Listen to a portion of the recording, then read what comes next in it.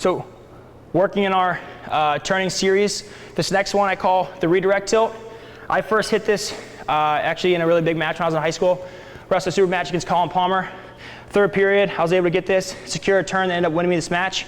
And then later in college, I had a lot of success with this, especially as guys became, I would say, fearful on bottom, right? And earlier in my career, they would try and wrestle me more, and as more guys wrestled me on bottom, the more turns that I got.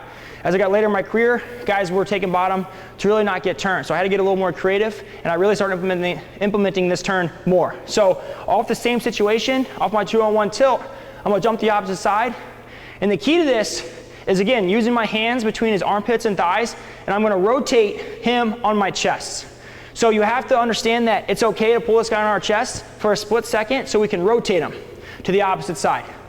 So when doing this tilt, going through the sequence is still really important. Trying to get our first two turns could be our setup that can earn us back points, getting into ultimately our turning situation, which is our redirect. So tight waist tilt, as he bellies down, we're into our 2-on-1 tilt. As he bellies down, I'm back in a safe position. Now, whether I've already tilted this guy or he's tough, very strong, most of the times when they post this leg out and I can't tilt him to this side, I'm gonna switch.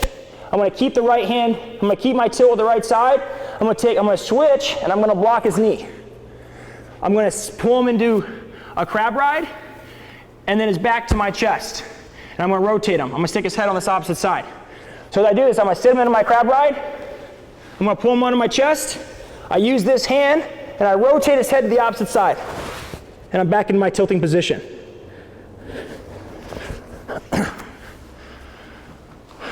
So once we have this, right, so for me, I would go right side to get the guy to react.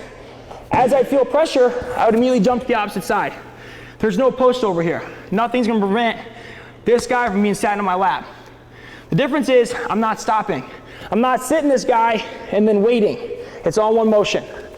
So as I sit, I'm using my 2-on-1 to pull him, and then I use my 2-on-1 to redirect him.